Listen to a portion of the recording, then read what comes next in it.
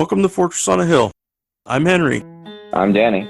I'm Kagan. We're three leftist veterans that aim to expose the reality of the U.S. military's multiple wars abroad and to illuminate the damage military service does to Americans. American presidents throughout U.S. history have used American military and diplomatic power to force regime change of democratically elected governments around the world. Most veterans come from families vested in prior service, and American generals choose their own, ensuring diversity of thought never interferes with American warmongering. How can we stand by and do nothing while our military kills and destroys lives the world over, while telling Americans that all this death and destruction protects them from terrorists when nothing could be more false? Fortress on a Hill aims to change that. All right. Well, hey, listeners, we have another really solid interview today. And I guess we're kind of running the old Truth Dig circuit right now. We had Chris Hedges last week, who some of you have probably already listened to that episode, which was really solid. And now we've got the boss, although he probably wouldn't like the term, Bob Scheer, who, is senior editor over there, founder, co-founder, just really started up the whole Truth Dig scene. And the thing that's interesting about Bob is, we have more than a little of a personal relationship these days, but I'm constantly learning about him. And, I'll mention it, but we just all watched the documentary on Bob, Above the Fold. And, I thought I knew everything about him. And I was just totally blown away by some of the aspects of his career. So let me just throw in, a relatively, circumscribed bio, because there's so much to say. But, first off, Bob and I share that peculiar New York City insider lingo, whereby, unlike me, who hails from what men of Bob's time and place would call the backwater of Staten Island, Bob was born and raised in an ironic twist on Sarah Palin's sentiment in, the real New York, up in the Bronx. And I think it's fair to say that his immigrant family upbringing, working class, garment worker, mother and family, bred in political activism, and his education in New York City public schools all influenced what really was a remarkable career that followed and continues to roll on. So, on the merits, let's just say that Bob's been in the journalism, writing, and activism game for, I think, over 60 years. And one could argue really that he's been in it since his days as, what they call a red diaper baby in the 1940s Bronx. His columns appear in newspapers across the country. He's done in-depth interviews that have made the headlines, famously the Playboy magazine interview in which Jimmy Carter confessed to the sin, Reagan, Clinton, and he has a whole book about his interviews with presidents, as well as other prominent political and cultural figures. So from 64 to 69, he was a Vietnam correspondent, managing editor, and editor-in-chief of Ramparts magazine, which I learned a lot about in the documentary, the influence it had on figures like Jane Fonda and Martin Luther King, and we'll get to all that. Then from 76 to 93, Bob was a national correspondent for the LA Times. In 93, he then launched a nationally syndicated column based at the LA Times, and that ran for 12 years and is now running at the San Francisco Chronicle. Bob is the former co-host of the political radio program Left, Right, Center on KCRW. He now hosts Scheer Intelligence, which I think I've been on 3 or 4 times, a half-hour KCRW podcast again, where he interviews, a variety of social, political, and cultural thinkers. Bob has written 8 books. I'm not going to list them all, but notably and sort of relevant for our listeners and our topics, The Pornography of Power, How Defense Hawks Hijacked 9/11 and Weakened America.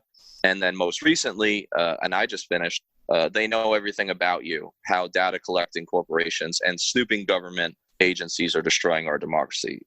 Bob is the clinical professor in communications at USC. I've been in his class a number of times. It's really an experience. And the editor of the Webby Award-winning political website Truth Dig, where I've written for many years. So to kind of quickly frame our relationship with Bob, Bob started picking up my Tom Dispatch pieces at Truth Dig, I want to say back in 2017 and 18, when I really first started getting into the game. I was still on active duty. That eventually turned into him asking for some originals, which became a bi-weekly, and then for at least almost 2 years, weekly columns. The thing about Bob is that he's willing to step outside what is typical or what people think is going to sell. And he had enough trust and faith in me, probably against his better judgment, to really put together with me this profoundly rare, I mean, for the business, Truth Diggers history. It was a 38-part series. I was writing 8 to 12,000 words sometimes, and he didn't bat an eyelash, and it was really something else that you don't see all over the web. So, like I said, Bob is the subject of an incredible documentary, Above the Fold. I thought I knew him, especially after countless hours chatting and philosophizing together in his downtown LA apartment for a full week, actually, right before the pandemic outbreak. So I'm either lucky or unlucky that I didn't get stuck there, because I'd probably still be in the apartment. But anyway, finally, Bob was seemingly, from watching the documentary and getting to know him, at the center, or at least significantly involved in, just about every fight for peace, freedom, or justice since the Second World War. He was born in 1936. He has seen a lot. Sorry to date him. Just turned 84. He is, dare I say, for me, a solid boss, a good friend, great mentor, and really a treasure to free thinkers everywhere. So with that long, typically Danny verbose introduction, thanks for taking the time, Bob. Thank you. Hey, by the way, if people are interested in that documentary, they can watch it for nothing on an outfit called Canopy.com, Canopy with a K, and all you got to have is some kind of library card, any kind of library card, and you can get, and that's just one of thousands of really great documentaries that you could watch. Canopy is very good. Above the Fold. So absolutely, please check it out. So okay, so last week, like I said, miraculously we managed to stay on time with Chris. You've got a little more time today. So here's what I'm thinking. We're going to kind of kick this off with me with a broad kind of half past, half present question that I think is relevant to the moment. And then after that, we're going to back up a little bit, each ask you a few sequential questions related to, sort of discrete periods in your career. And then, of course, how they relate, to today before coming back to the present. Can I just chop in there for a minute? You mentioned the one of my stories or interviews that got a lot of publicity, the 1976 presidential election. Jimmy Carter was at first an unknown governor from Georgia. You didn't even have a full-time legislature, and he gained the nomination. And I spent a lot of time interviewing him. And the reason they gave me a lot of time, there's an old saying, never hustle a hustler. And I was trying to get time with him. I was doing some interviews with Playboy that was after Ramparts. And they wanted to do the interview because he was considered the ultimate square, uptight, born-again Baptist Christian. And he was trying to reach a broader Democratic Party audience. So he gave me a lot of time. It's a good interview. But what was interesting is the lust in the heart part that got all the publicity was really not a controversial statement. I mean, anybody who's gone through any kind of Christian education knows it begins with the concession that you're a sinner or a potential sinner, and then you have to struggle with it. So that's all he was saying. The controversial thing for the purpose of this interview is I was really concerned about Jimmy Carter being a hawk and getting us into more wars, because actually the Democrats got us into more wars than the Republicans. And the Vietnam War was very much a Democrats' war, Lyndon Johnson. And Jimmy Carter, when I pushed him on this, because he was, after all, out of the military,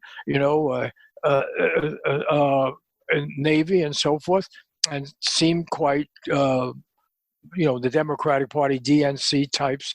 And I pushed him. And at one point, he sort of exploded in anger. And I said, well, why wouldn't we expect that you might take us into another Vietnam? And he said, I wouldn't take us into another Vietnam because I would never lie to the American people the way Lyndon Johnson did.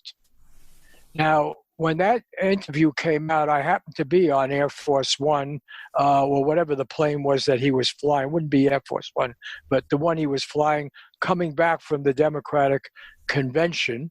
And we were landing in Dallas. And Lady Bird Johnson was going to be waiting for him. Well, she was waiting at the airport to greet him. He was now the official Democratic nominee. And that interview came out. And while the Lust quote got all the attention subsequently, the first controversy, because Sam Donaldson, who was this famous ABC interviewer, was waiting at the tarmac with his equipment.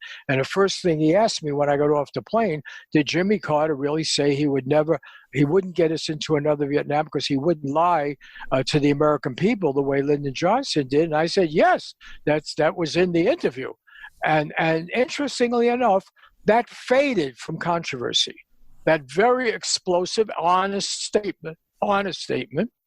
Now, as you know, Jimmy Carter as president got us into beginning of the Afghan war that you've experienced and everything else.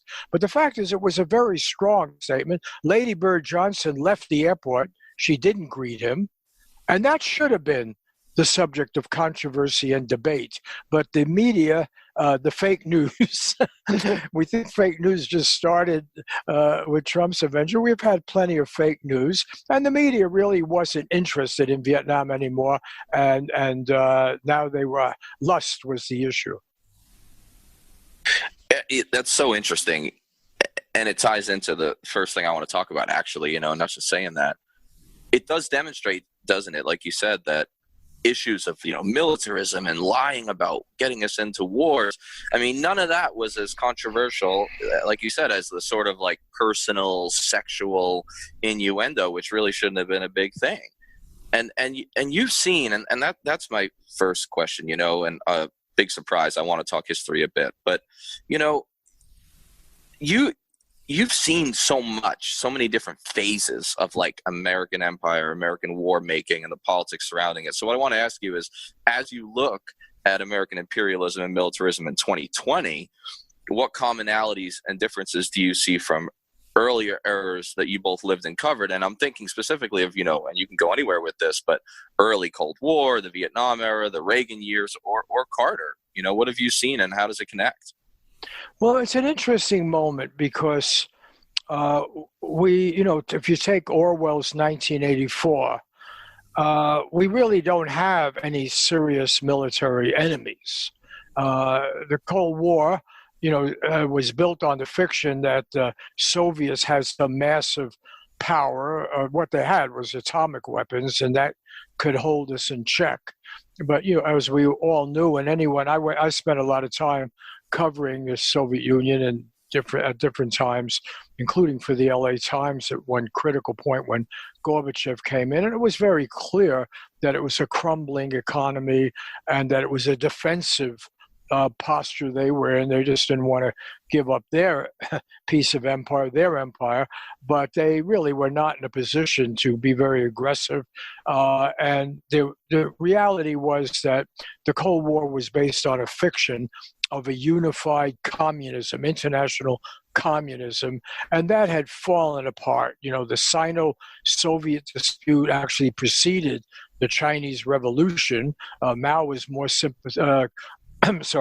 Stalin was more sympathetic to Chiang Kai-shek than he was to Mao, and they saw Mao as some kind of a wild, rural Trotskyist or something, and so there was no international communist movement. That the Vietnamese were fiercely independent, and when we lost in Vietnam, they went to war with China, with communist China. The whole idea of the Vietnam War was to stop Chinese communism. We lose the war, and the Vietnamese, instead of invading San Diego, go have a big battle with China on their border, and they're still fighting over islands and meaningless islands and everything else. So the whole idea of this unified, powerful, ideologically driven enemy was a lie from the beginning, and everybody knew it. And certainly the wartime agreements that Roosevelt and Churchill and Stalin had signed off on accepted this area, a buffer zone between Germany and Russia of Eastern Europe. That's not democratic and it's not self-determination, but that's what they did agree to at Tehran, at Yalta, at Potsdam and everything else. And so it was an invented fiction. The problem with imperialism is it doesn't pay for most people. people like yourself and your colleagues there are the first line of victims, people who actually have to fight these wars. The civilians in these countries, there's a major group of victims, but even the average American who may not go to war when we don't have a draft still has to pay for these things. So you don't have a war on poverty because you have a Vietnam War, no matter whatever LBJ's intentions were. And I think the imperial model has run out of steam. We have a perfect example in the Chinese communists deciding military imperialism doesn't pay, and they're pursuing a capitalist road. They're making better products, and, we accuse them of stealing patents. Well, what's new? I mean, that's what capitalism was all about, was seizing some idea and exploiting it. So the fact is, Russia's crumbled, Soviet Union, and so the only enemy you really have is China, and China doesn't want to play that game. They want to beat you in the marketplace, 5G and everything. So this virus came along at a very important moment. Now Trump has his invisible enemy, and instead of dealing with it as a medical problem, which of course means, having a unified world stance behind science and reason and providing health care and caring about everybody, because the virus knows no language and the virus can travel across borders and everything. Trump has tried to play the jingoism card of, Chinese virus and invisible enemy and so forth. But the fact is, the traditional imperialist model, where you seize markets and you seize resources and so forth, was a loser for French colonialism. You know this, you're a great historian. For the Spanish, for the English, it's what George Washington warned us against. The people who did our Constitution believed in an internal North American imperialism, and then towards Mexico, they didn't believe in that European world market, conquer India, conquer Turkey and all that. And so by the time, even, I know I'm being long-winded, but I'm just sort of giving you my overview. By the time the first President Bush comes in, he knows that the Cold War is over and there can't be a new Cold War. And even Rumsfeld, I wrote a book about that called The Pornography of Power. And I have this speech in there that Donald Rumsfeld gave the day before 9/11. And in that, he talks about this big new enemy. He's now Secretary of Defense, and he talks about the big new enemy we have.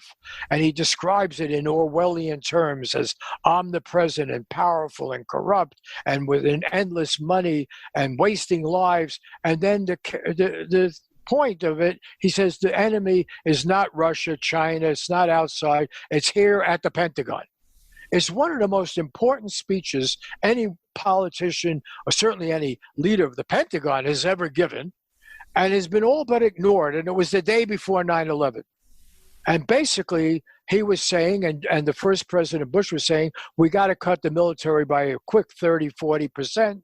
The game is over. We have to learn to compete in other ways, and so forth. 9/11 comes along, and it's like now the virus, we can have a Cold War because we can find a new enemy. And that new enemy first became terrorism. And so then you have this unjustified attack on Iraq, which had nothing to do with 9/11. You know all about that. And that runs out of steam. People don't want these wars anymore. Even Donald Trump has said, look how much blood resources were wasted on the Mideast. So now you got the virus, and will become the current excuse for ramping up the surveillance state. Every state in the world, the Chinese have provided the model, how you can right. You could check on everybody's personal habits, their friends, their reading, where they ate, everything. Well, our government excels in that. And you really have now a kind of medical justification for the Orwellian state. So it's a frightening moment, but it's also a positive moment because the limits of that approach have been demonstrated. The jingoism has been exposed. Fortunately, this virus didn't come from Mexico, or we'd have a pogrom here. Trump would have gone nuts. Imagine if the virus had come from Mexico, we would have had a 50-foot wall, a high wall. So, but the fact of the matter is, I think the internet is both the worst and best of all worlds, and I think, and you're a very good example, Major Danny. You've been able to use the internet to get out a totally different narrative than the establishment wanted, and I think most of the American public is really in a quite skeptical mood about the need for ever more military operations. Certainly, even Trump has given the back of the hand to that. Hello? Oh, absolutely. Yeah. Go ahead, Kagan. Thank you, Bob. I'm Kagan. I was in the NSA, or in the Navy, sorry. I worked in the Navy with NSA and during Obama's first term and the beginning of his second term, and doing intelligence operations in the Middle East and Yemen and Syria and Somalia. And you kind of touched on this a little bit, but I wanted to bring up the point about how do you think, you kind of brought this up just about militarism, but like, how do you think it is going to change in light of the virus and the fact that we physically can't be doing the operations that we're doing now without, putting our service members at risk? So how do you think that will change? As well as, oh, sorry. No, go ahead. And on top of that, given your lengthy experience with the tactics of activism, how do we fight militarism with these social distancing practices in place? Well, okay, this is going to get me in trouble with all of my knee-jerk Democratic Party friends, but I think so far Trump has not used the surveillance state argument and the militarist argument to excess. He's used it, he's always flirting with it, but he knows at this stage of our history, and particularly because he's such a much criticized, we have one good thing going for us these days, that the news organizations, the establishment news organizations, hate this guy so much because he attacks them. He plays the bully and he does what he did on TV, only he dares to attack the mainstream media. And they don't like him, and they see this as a matter of their own survival and their legitimacy. He's not the most effective liar as president. In fact, in many ways, he's the least effective because he's so observed, he's so challenged. You can't watch his press conference every day without CNN or MSNBC, having this scrolling thing about how he lies. They didn't have that when Lyndon Johnson was giving a press conference, when he announced the need to bomb North Vietnam because of the second Gulf of Tonkin attack. There was nothing scrolling below saying the evidence shows there was no attack, which there was, even at that moment. The admiral, captain on the ship, and even Admiral Sharp down in San Diego in Navy, since you're from the Navy, they were all saying, wait a minute, there's no evidence. This is the second Gulf of Tonkin. There's no evidence of attack. Well, you didn't see a scroll ever when Lyndon Johnson was lying about Vietnam, saying, oh, the president has just distorted this or lied about this, or what you get now. So you have a president who's very much observed. Maybe in a second term, if he wins, he'll have more chutzpah or more arrogance, even for him. But the fact of the matter is, we live now in an environment which our executive branch is subjected to quite a bit of criticism. And maybe that's the reason Trump really hasn't played. Yes, he's invoked the invisible enemy. He's played Chinese jingoism, which is, really quite dangerous. But basically, the military so far is being used in a constructive way. The Army Corps of Engineers building hospitals. We don't have martial law. We don't have troops out here in the street in Los Angeles enforcing a curfew. Now if we get more plagues and because of climate change, we get flooding and we get mayhem, then you're in the situation Germany was in between the wars. So far, the economy is being floated with all this borrowed money, and the stock market actually last week or so has had a good week before we record this. And so Trump is actually using the military in a constructive way, and even including military medical people are being treated with respect and asking to treat people who are not veterans or are not in the military, which is a good thing. And so, but the whole world is right now following the Chinese model.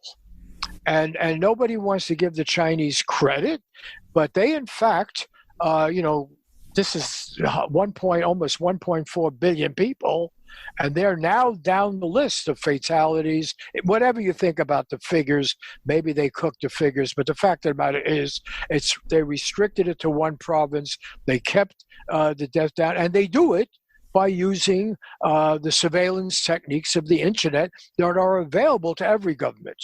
They're cheap, they're easy to do, and that's really quite alarming because people want security.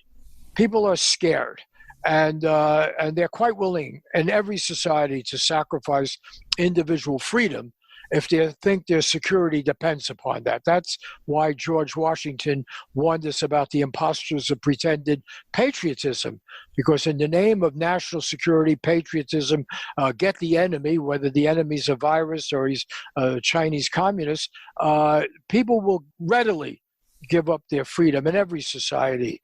And what the founders of this country, for all their imperfections, were painfully aware of was how easy you can squander individual freedom. And that's why we have the restraints of our Constitution. Hey, Bob. I'm Henry. Should I say is this going to be on the test? That's what I do when I go on too long with my students. I certainly hope not. Danny likes lots of essay questions, so he won't give us multiple choice anymore. He knows that we cheat. So I was saying, I'm Henry. I'm a former U.S. Army MP. I deployed to Iraq twice. I helped train Iraqi police and other missions like that. You've spoken with many powerful leaders in the U.S. over the years. I was particularly struck by your interaction with Ronald Reagan and his comments about the laughable feasibility of the United States surviving a nuclear war. My question is about some of the interviews you didn't get. If you were given the chance to interview, say, George W. Bush today in April 2020, what would you ask him? Are there any other leaders you specifically wished you'd have been given the opportunity to interview? And how do you think we as Americans can work to escape the cult of personality regarding our leaders? Trump supporters have some very odd ideas about their alleged favorite president, but being caught up in a cult of personality happens to anybody.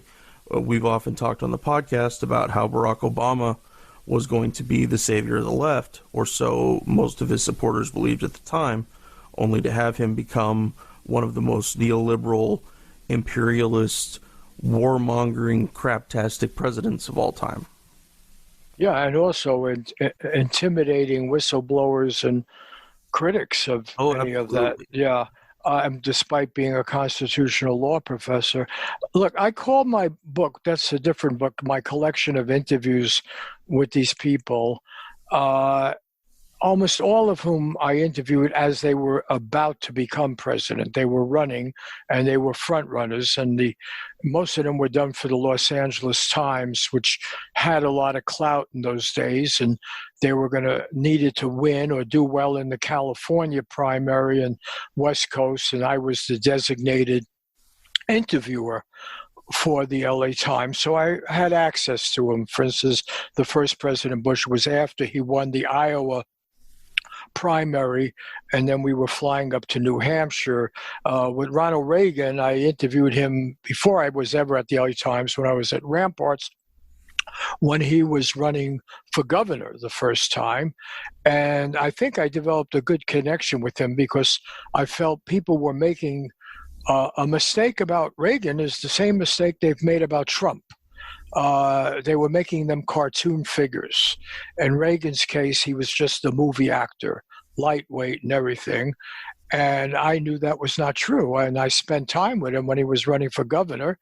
I disagreed with him. I was one of the students that he tear gassed, and I got arrested by the county, Alameda County sheriffs, and had a horrendous experience in jail where a lot of people were beaten and everything. So I was not ready to give Reagan a free pass, but I knew he was not dumb. I don't think actors are dumb. And I knew that he had an agenda. And his agenda really was that of GE, of the large corporations, and the tension in the man was betraying his own origins. He'd come from a working class background. His family has suffered terribly in the Depression. I myself was born in 1936 at the height of the Depression. My parents were garment workers. My father lost his job the day I was. Well, Reagan had a very similar experience. His father went to work for the New Deal in order to keep the family going. And they loved Roosevelt. They believed the government had an obligation to take care of people. And remember that Roosevelt was the guy who wanted to avoid war at first, and was very reluctant to get into the Second World War, was denounced for that. But so Ronald Reagan was really torn by the gap between his own early life experience and what his new sponsors, whether they were the Warner Brothers or they were GE, where he became a propagandist, and he drank the Kool-Aid for them. So, but in my, and just to complete the Reagan thing, which I do discuss in that movie, he was disillusioned with GE because of the savings and loan scandal when he was president. And he had visited GE when it was still a pretty good company. He went to every plant. He was, their advertising spokesperson. And they had a very strong leftist union, the United Electrical Workers, and then the IW, International United Electrical, whatever they were. After that, they had strong union, great benefits, good working conditions. They made good products. They made good light bulbs and refrigerators and so forth. And then when he was president, you had the savings and loan scandal, and he was shocked to discover that GE was up to its eyeballs in bad practices, including GE Capital later, which was involved with the whole banking meltdown. But it was also the savings and loans guys that he knew, and he believed in that deregulation, and he saw that it didn't work very well. So he ended up being, on economic matters, a bit more conservative, quite a bit more conservative than Bill Clinton later. And also, what were the big wars of Reagan? There was Grenada. He really, talked a big game about militarism. But at the end of the day, the shock, I think, about Ronald Reagan, and a lot of his more vicious critics blame it on Alzheimer's or something, which I don't think was the case. And I discussed that with Nancy Reagan. I knew them because I interviewed him when he was running for president, and I got along with Reagan despite our disagreements. But Reagan opened the door to Gorbachev, and he really believed that we could get rid of those nuclear weapons, and he believed that he could do business with Gorbachev, and that really shocked the neoconservatives. But this is a long-winded answer to your question about who I would like to interview, because my view is, and they called the book Playing President, and I had a chance to talk to these guys while they were still trying out for the parts. And I use the theater analogy. You're playing at leadership. We don't have serious adults watching the store when you get to that level of politics, where you're the leader and you really wonder what's going to happen to this person I draft or I send off to war, or the people I'm going to bomb, or the people I'm going to ignore because I don't care about their poverty or so forth. So you have a journey in which the successful politicians, thanks to the role of money, to mass media, are basically trying out for a part. And by the time they get to be president, they don't know which end is up. They don't know what they believe anymore. And there are moments where they get a glimpse of it, you know. But the fact is they've been on the stage, they've been throwing out the one-liners. And so there's almost no use in interviewing these people once they're president or a leader. The exception I would make is when they are no longer leaders. And I think I wrote a profile of Richard Nixon 10 years after he was forced out of office. And then he liked it so much. He's the only one who liked my profile, which was not flattering, I didn't think. But he invited me to come talk to him. Well, he was pretty lonely and desperate at that point. And so we had a good conversation. But to answer your question, I think there isn't any magic to an interview. It is, and I go back to that never hustle a hustler. Usually the interesting things that I was told were because they wanted somebody in their organization felt it was important to present themselves in a different way, a different kind of propaganda, a different kind of posture, and that I had done my homework. So when they started down that road, I knew the contradictions. I'll give you a very good example. Take it away from American politics. I did a long interview. I mean, long. 10, 11 o'clock at night it started. It ended about 7 in the morning with Fidel Castro in a very intimidating circumstance. I had been told I could have an interview. I went down to Havana. It was the night that Russia invaded, the Soviet Union invaded Czechoslovakia in, I believe, 1968.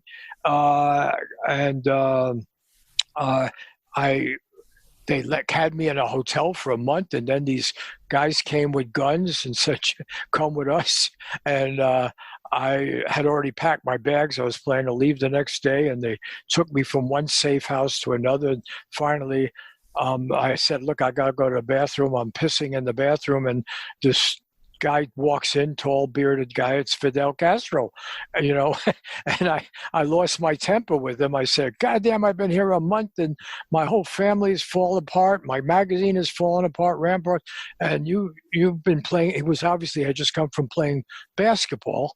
And so, we had a very honest discussion, but he wouldn't let me take any notes because it was the night the Soviets had invaded Czechoslovakia, so he hadn't really figured out his position. He first was very critical, and then he apologized. He lined up with the people paying him money, which was the Soviets, and justified it somehow.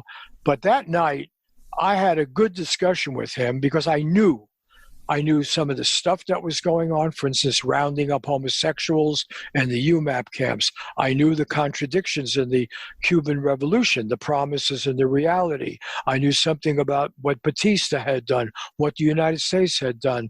So it made for an interesting interview. It could have just been a waste of time if I hadn't had that background. So, my own view is I've had very good interviews with Major Danny, right? Very good. But I think in part it was because I knew what I was asking about, and I don't think people have to be famous to give you the insight. So let me take it back. Can I just go on to finish with George W. Bush? Of course. Yeah. Okay. So what happened with George W. Bush is I did know him. I covered his father. I covered other campaigns. And so I observed the guy when no one thought he was going to run for president. They thought it was going to be Jeb Bush, and he was, what you all know, a good time Charlie and kind of a lightweight, and the rap on him is accurate, short attention span and glib, however, the interesting thing it goes back to the point I mentioned before. I knew also because I knew I had encountered Cheney and Rumsfeld and all these people, and I knew that because of Baker's influence, and he was a real moderate, and the father had gotten to a pretty moderate position, H. Walker Bush, and so forth, that the people around George W. Bush, including, ironically, Cheney and Rumsfeld at that point, thought the Cold War was a loser. and that there was an opportunity to spread American imperial power through just being more effective economically and better propaganda, soft power, and so forth. And that the American people were not really inclined to go off to any more wars. They were disgusted. So if 9/11 hadn't happened, and we could discuss all the theories about why it was not prepared for better or how it happened, but it was a great gift to Cold Warriors. You had a traumatized nation, fear. You could blame somehow, an enemy, a unified Muslim enemy, which was absurd because Iraq was the one place Al-Qaeda couldn't operate, couldn't function, but you could lie about it with impunity. And by the way, the mass media, led by the New York Times, engaged in the lying, right? And Judy Miller and all those people sent out this garbage about Saddam Hussein being somehow connected with 9/11, when in fact, if Al-Qaeda showed up in Iraq under Saddam Hussein, they would be tortured and arrested and gone. So what happened was it suddenly became the gift that wouldn't stop giving, 9/11. And that's why you guys got swept up into these ridiculous invasions, painful, destructive of human life, costly, changed the whole nature of our culture and our politics in disastrous ways. It goes back to my slogan, you don't have adults watching the store. You have opportunists, you have people out for short-term gain. They're paid by campaign contributors who want Boeing to do well, and they want business to do well, and they want to have leverage in the world. And so they then do these things, and they think they're convinced they can get away with it on the cheap. They never can. And that's the dialectic of it. The public rebels, and then they try to find another way. And that's what Trump is right now. He's been this floundering figure. He believes in trade. He believes in business. He doesn't want to get off in any stupid wars that you can't win. He's pretty clear about that. But he also knows you need an enemy to blame all your problems on. And so now China and the Chinese virus, that'll be the enemy, but it won't work because the virus won't speak Mandarin. The guys and I love doing the podcast. Being able to share our experiences in the military with allies and supporters means the world to us. But we can't do all the work. We need you to share an episode of ours with somebody, anyone whom you think might be affected by it. Maybe a young person looking to join the military, or parents advocating for one, conscientious citizens who care about the violence the U.S. wages in their name, advocates for women and people of color who understand the harsh environment the military can create for minorities and also inflicts on minorities across the globe, and anyone else you think it might affect. Please take a minute and share this with them. Now, our podcast is supported in a few different ways. First, there's Patreon, where we're blessed to have an array of wonderful supporters helping the guys and I pay for some of the podcast's expenses.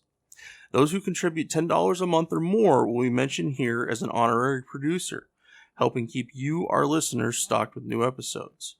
But you don't have to contribute $10 a month to help us. For as little as $1 a month, you can help us keep going, paying for hosting and storage fees, transcribing old and new episodes, promoting and expanding the podcast, and other crap I can't think of right now. So let's bring out these honorary producers, and they are Will Arends, Gage Counts, Fahim Shirazi, Henry Zamota, James O'Barr, Adam Bellows, Eric Phillips, Paul Appel, Julie Dupree, Thomas Benson, and the Status Quo podcast. Your contributions are wonderfully helpful to us. Thank you very much. However, if Patreon isn't your style, you can contribute directly to us through PayPal at paypal.me/Fortress on a Hill. Or please check out our store on Spreadshirt. The great Bill Krapinski did an awesome job designing our first shirt, which you can find at shop.spreadshirt.com/Fortress on a Hill. Check for promo codes before you order. And now, let's get back to the podcast.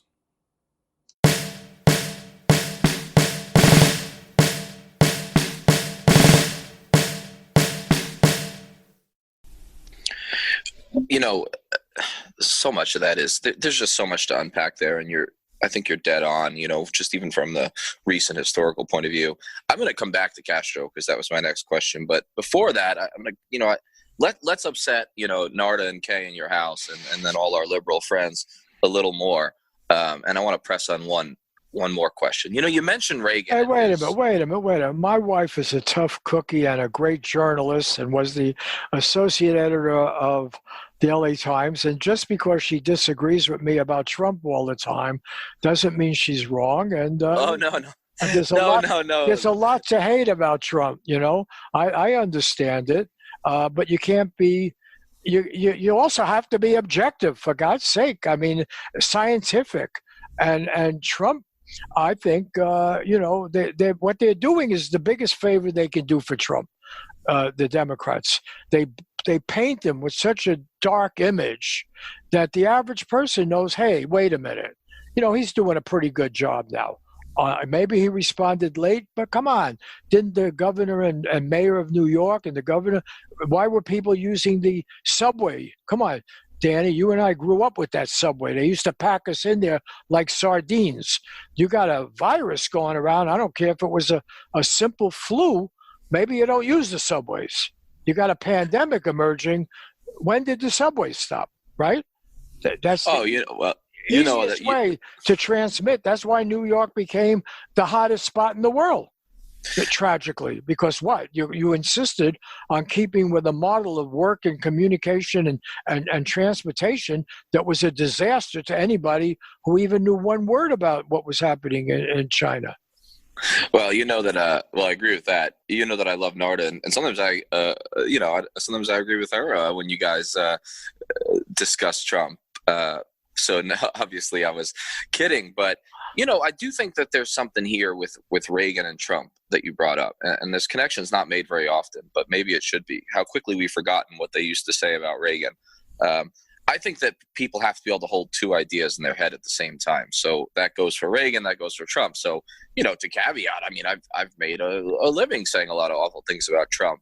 And the same goes for Reagan. I mean, when it came to Latin America and the Contras, when it came to apartheid in South Africa, I mean, his policies were horrific. But you do bring up the point that for the most part, the overt use of American military force was relatively rare. And something I'm getting ready to write about that really no one ever talks about is Reagan in Lebanon, you know, which was a tragedy and a mistake early in his first administration. And yet, you know, Reagan, the tough guy, Reagan, the posturing evil empire guy, didn't really blanch about pulling us out of Lebanon when it didn't make sense anymore. After those Marines had gotten blown up, after a few other attacks on the French. And so, you know, the same can go for Trump, who I think has not followed through on a lot of his speeches and a lot of his campaign rhetoric.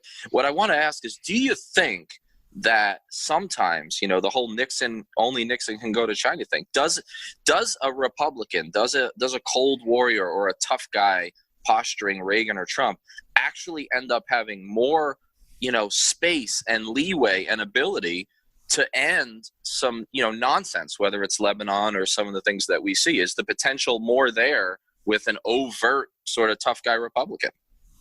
Well, but that's a cop-out in a way, because it gives the Democrats an out. You know, as was said earlier about Barack Obama embracing a hard line on the, going after whistleblowers, and what they did in Syria with Hillary Clinton and Libya. I mean, it's just terrible. I want to cut to the chase. You are three veterans of war, combat. I'm a chicken shit journalist, okay? And I'm not, you know, I'll fess up. You know, my encounter with war has been a scattershot. Yes, I went to Vietnam, but I could get out anytime I wanted. I went to Cambodia. I went quite a few times to Vietnam. I was actually in the north, but it was always under relatively controlled space. There were some moments where it wasn't so. I'm just bringing this up. I mean, I've encountered the carnage of war. I saw what the bombing of North Vietnam did because I was in North Vietnam at that time. I saw the 6-Day War at the end. I was in both Egypt and Israel. I have been in other situations where spent a night or two in a jail in Algeria. As a journalist, I've encountered totalitarian power. I actually spent a night in Lithuania in a communist jail. But it's not the same as somebody who's in the military and is expected to follow orders and has no choice. And that's the story of you three guys. And so I'm not going to speak for you. However, what you have brought to the table, and I'm speaking now more about Major Danny because you've been in my class, is the reality check. That it's not a fucking game. That it's not moving pieces on a chessboard. That people get hurt, they get killed, buildings get blown up, children die. Okay? Now, as a journalist, I could witness some of that. Okay? I witnessed it.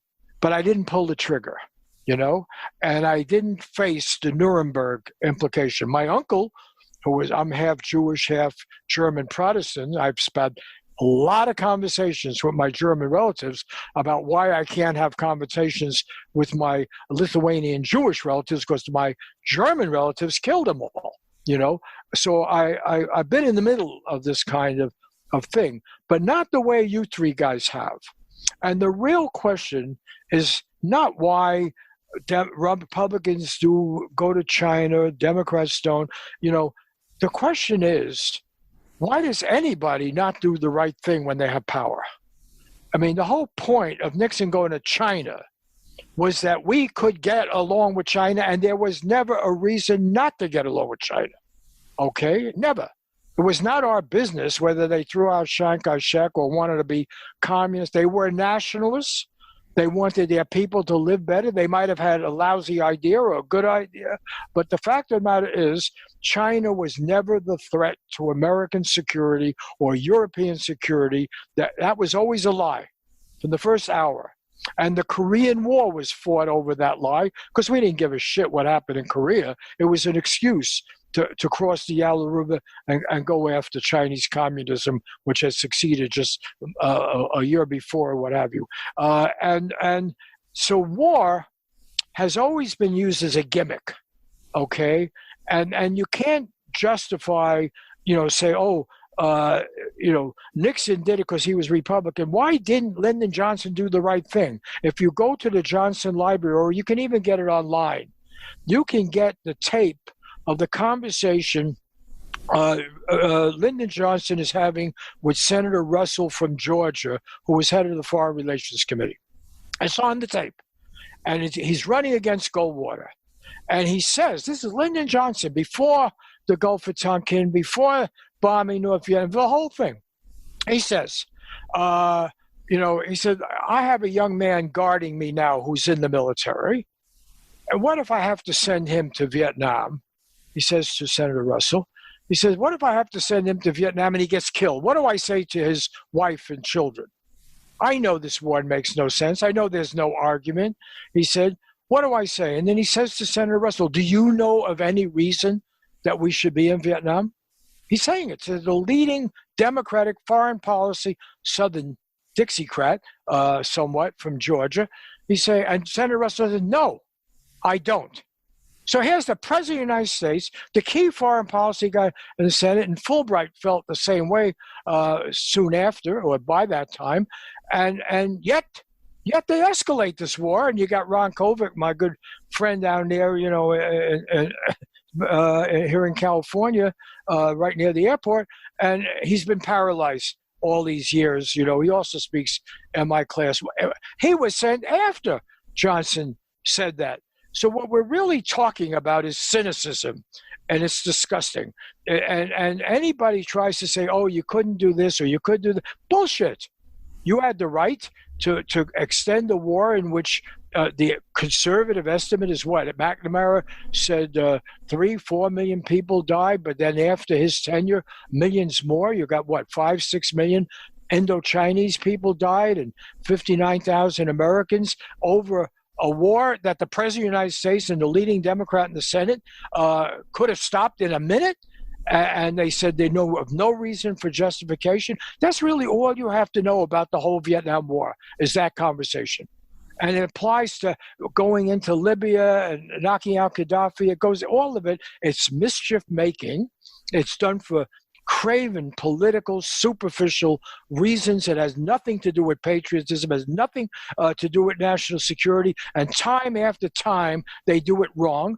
And they do it as wrong as these overtly totalitarian regimes. You look at the whole history of the Cold War, Russia, Soviet Russia, crazy totalitarian Soviet Russia, was probably on the right side as often as we were, you know, and on the wrong side no more often than we were. Maybe even had a better record, you know. They didn't kill Patrice Lumumba in the Congo, you know, the way we did. They didn't overthrow Allende in Chile.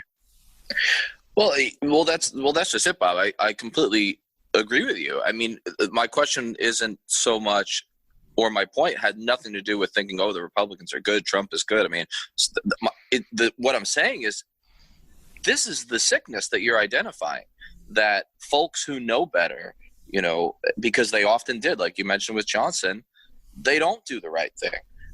And so we're left in a situation where, you know, mass media or even some of the history books will praise the Nixons for going to China, or, in my case, giving some credit to Reagan for eventually pulling out of Lebanon, but he shouldn't have been there in the first place, and all of this. And yet the disease, it seems, of the American cult of personality, of the American imperial presidency that, you know, Henry brought up earlier, seems to be that they will only take any risk and pull out of something or not escalate something if they feel that they've got enough political top cover, whether that's from their tough guy personality or any of this. And so if they think they can get away with it, maybe against, you know, after trying everything else, they'll do the right thing. So that's certainly not a positive on Reagan or Trump.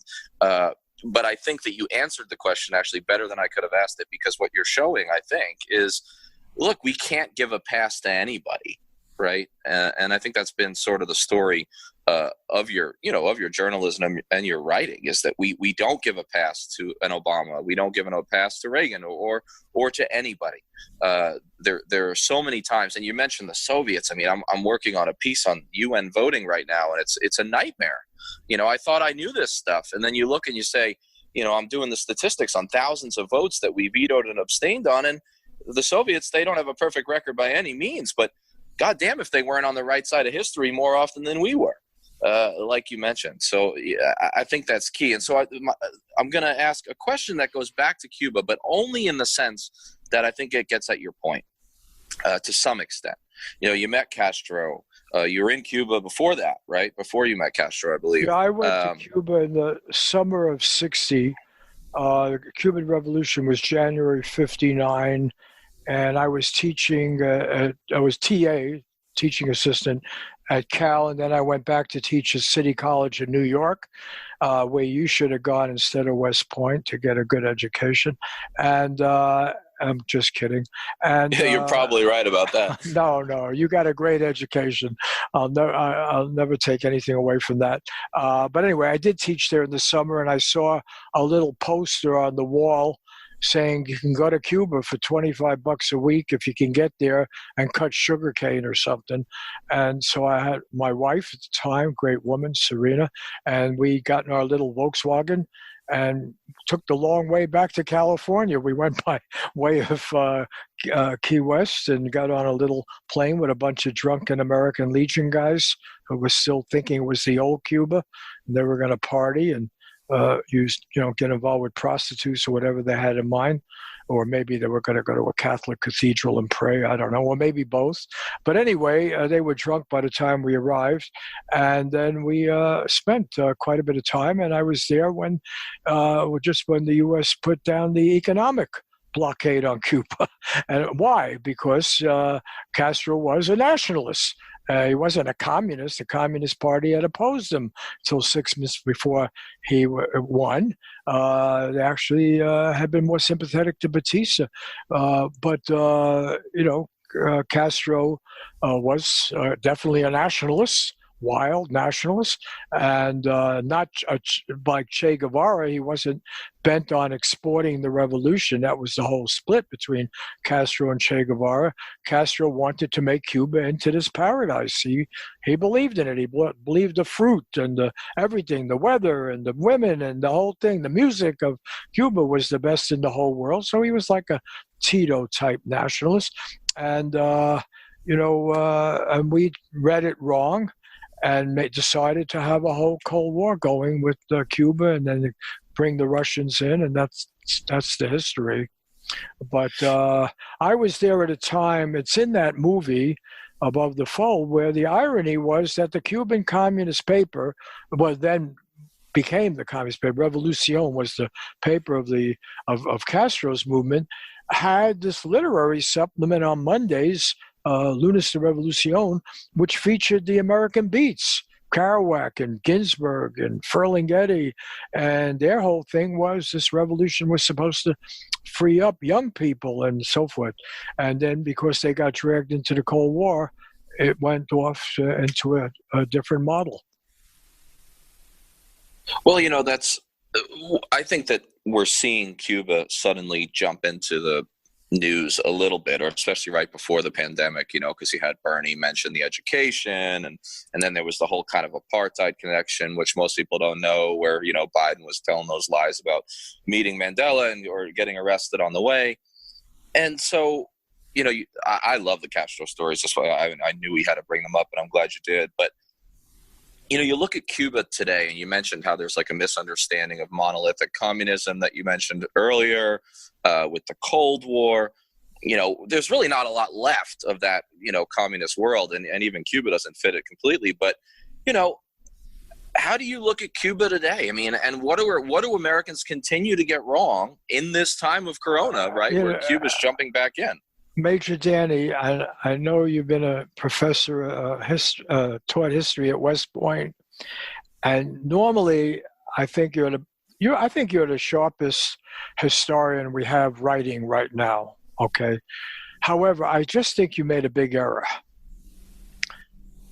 Did I lose you already? No, please go ahead. It's interesting because when you said the communism, blah, blah, blah, the fact is, communism of the caricature has just about disappeared from history.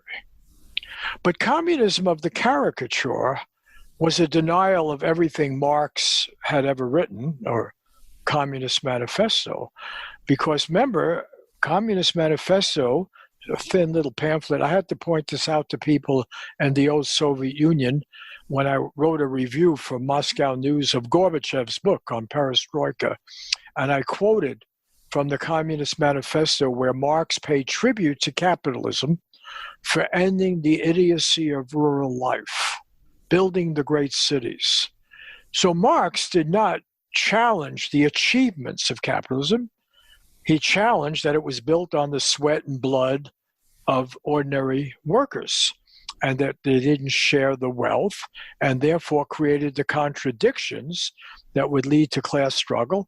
And this socialism that they were talking about would come after the success of capitalism, right? And the imperialist model would explode. Now, ironically, that's what's happened with China. China was this misplaced, as was Russia, use of Marxism, because the revolution was supposed to come in advanced countries like Germany or England or the United States, not in rural countries like Russia and China with all their problems.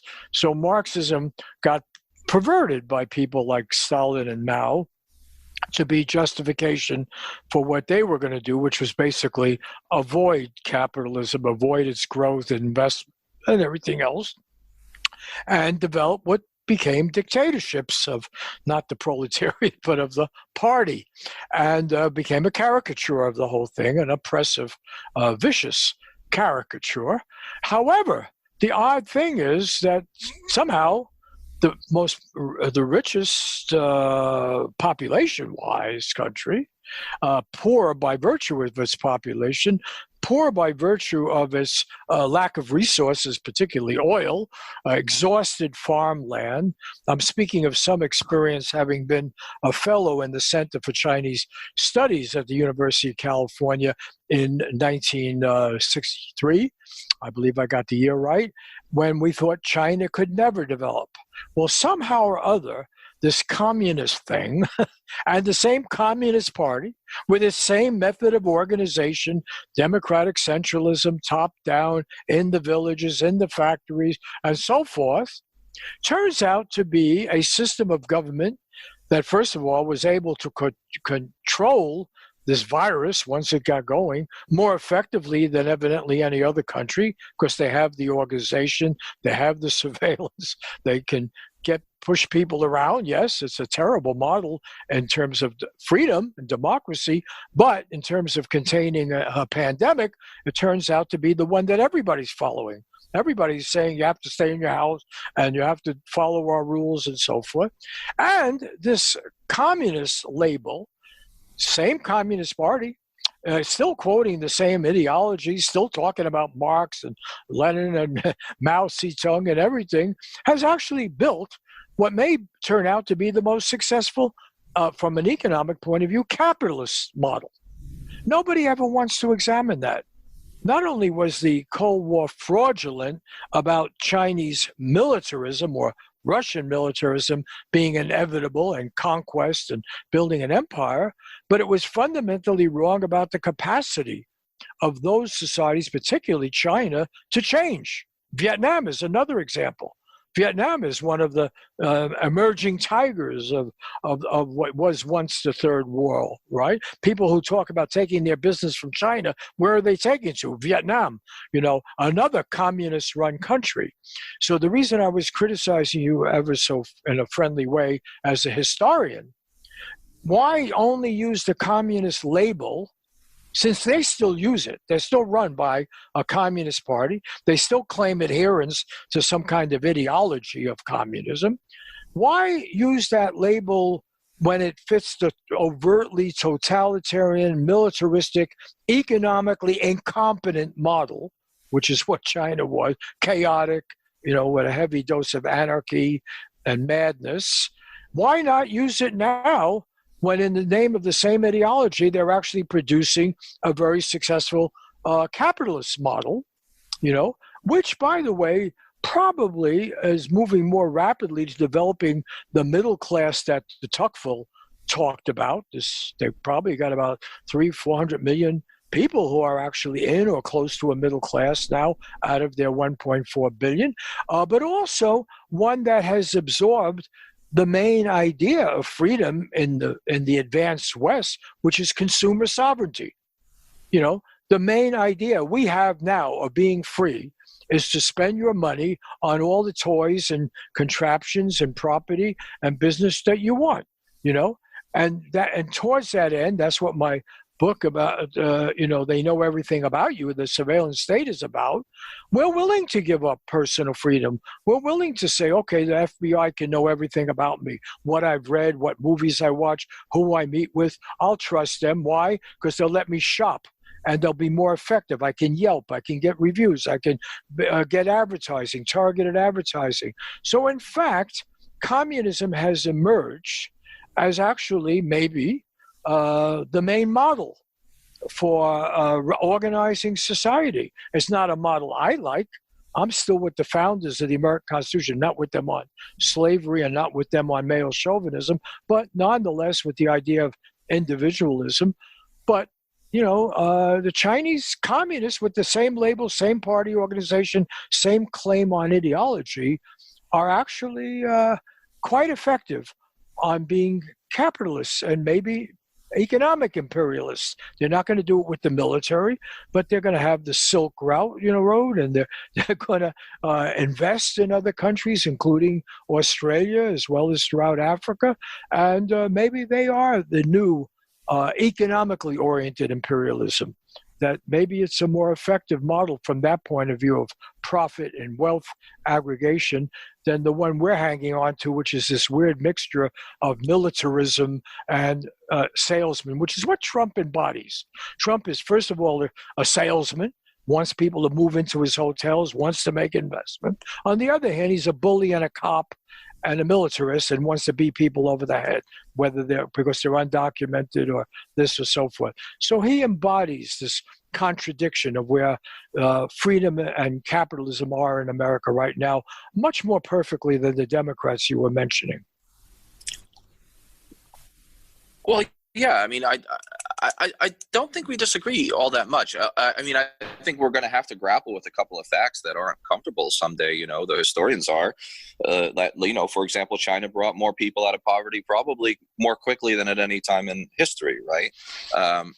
And they're certainly, you know, showing that there's an adaptability in the model that people didn't expect. Although we probably do have to differentiate between the economic communism system and then the more totalitarian governmental one, because while they have an ideology that's, you know, communist party, they've certainly stepped away from a lot of what was in Marx, although they stepped away from that long before.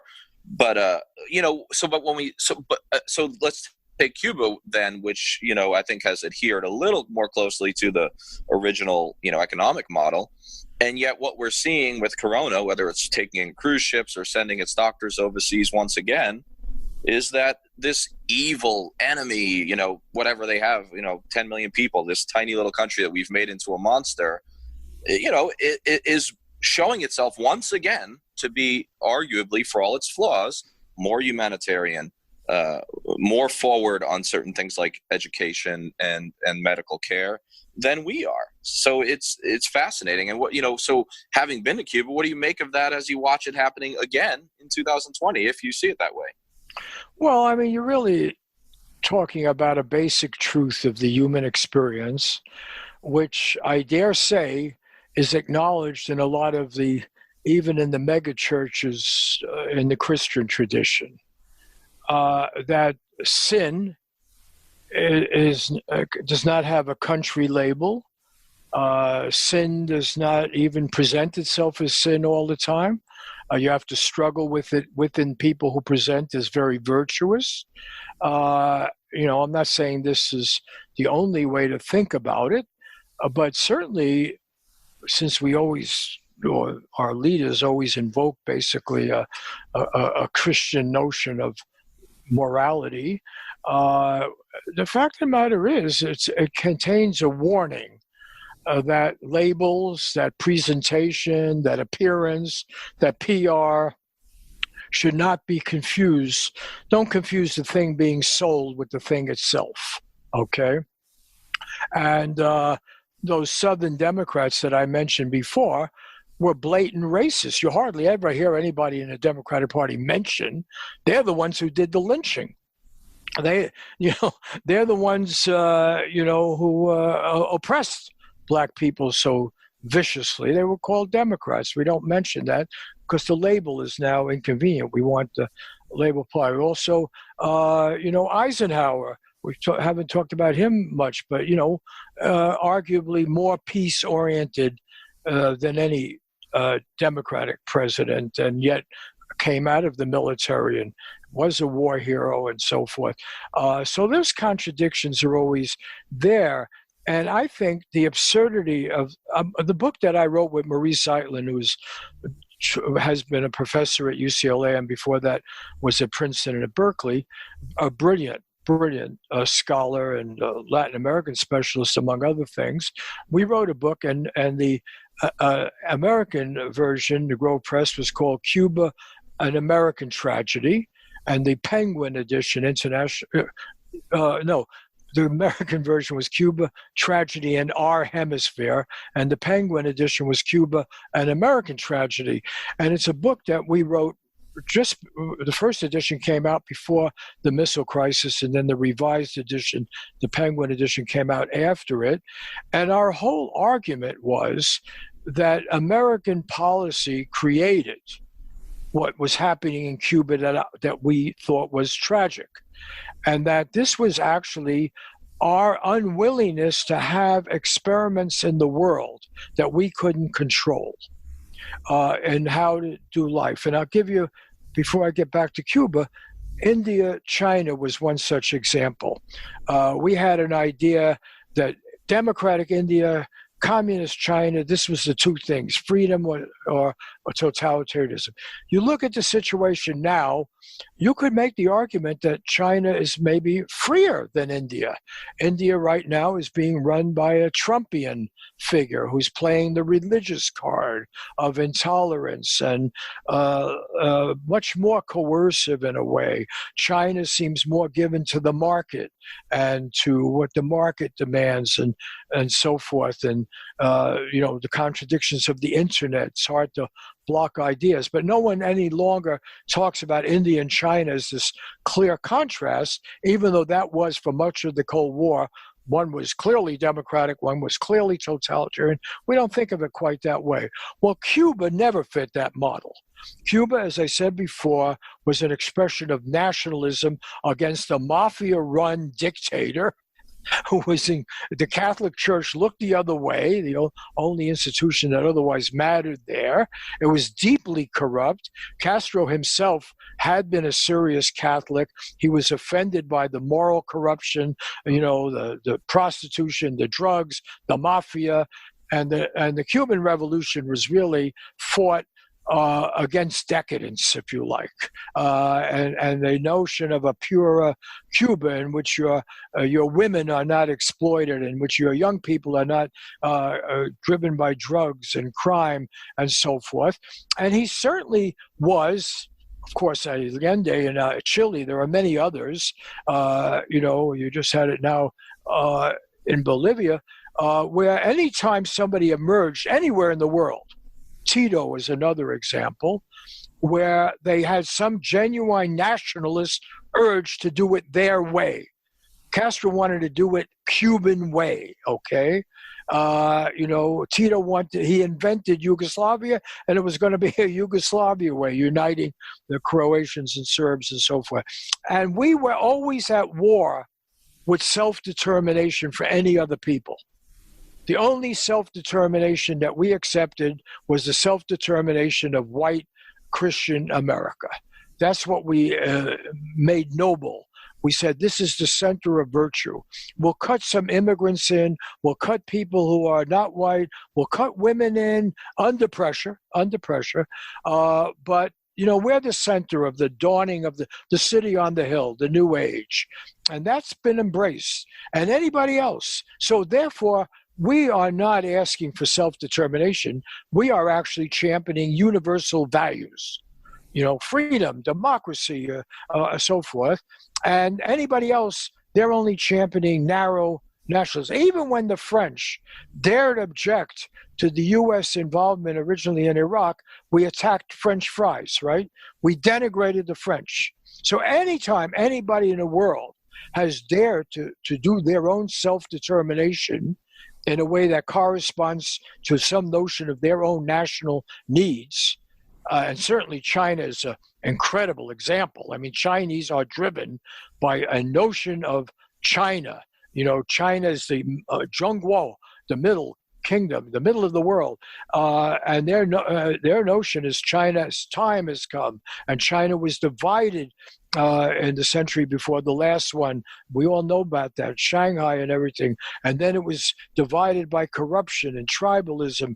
And yes, there's a great national pride of finding a Chinese way, and we deride it every time it happens in the world. We are threatened by any notion of other people making their own history, let alone trying to make world history. That's the disease that we have lived with. And this movie that you're involved in, that you describe in one of your emails, what is it called? The Meat Grinder? That's right. Yeah, the Meat Grinder documentary. That's right. Well, that description that was in your email this morning when I read it struck me as a defining image of the American empire. We are a meat grinder. We think we can go anywhere in the world and destroy everything in our way, and it's liberating for these people.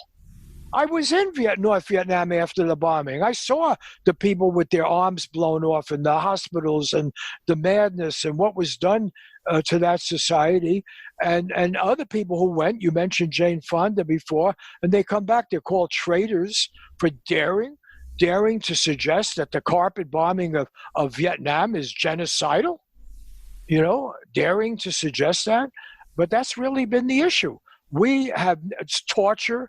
We tortured in Vietnam. Nobody ever even talks about that.